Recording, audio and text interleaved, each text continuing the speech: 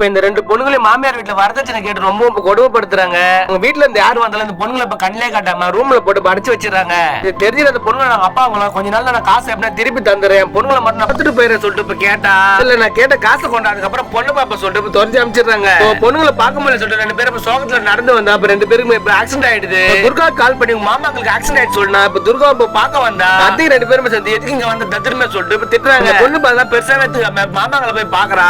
மாமாங்களை நடந்து சொல்லி ஃபீல் பண்றத பார்த்து துர்காக்கு பயங்கரமா கோவம் வந்து பொண்ணோட மாமியார் வீட்டுல போயிட்டு சண்டை போட ஆரம்பிச்சிடறா. ஒண்ணு இல்ல வெறுங்க தானே வீசுறத சொல்லிட்டு அங்க இருக்க ஒருத்தன் அந்த பொண்ணை அடிக்க போறான். அந்த பொண்ணோட ஹஸ்பண்ட் கரெக்டா வந்து முன்கால தைரியம் இருந்தா பொண்ணை அடிக்க வேண்டி கை வாங்கிட்டு வரேன்னு சொல்லிட்டு ரெண்டு பேருமே இப்ப அவங்க கம்பெனில தான் வேலை செஞ்சுட்டு இருப்பானுங்க.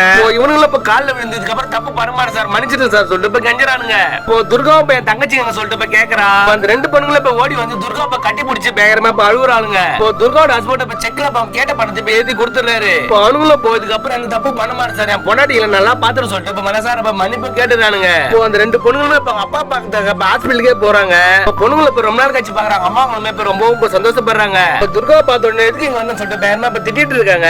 அடிப்பட்ட மாமகாரில இப்ப எழுந்து வந்து பொண்ணுங்களை காப்பாத்தி கூட்டு வந்து துர்கா தான் அவளை போய் பேசுறேன் சொல்லிட்டு நடந்தது சொல்லி இப்ப ரெண்டு பேருக்கு இப்ப புரிய வைக்கிறாரு. நம்ம எவ்வளவு கொடுமை பண்ணிருப்போம் இருந்தாலும் நம்ம நல்லதே பண்ணிருக்கல சொல்லிட்டு இப்ப தான் பொண்ணாவை நினைச்சு இப்ப காலில் வந்து இப்ப மன்னிப்பு கேக்குறாங்க.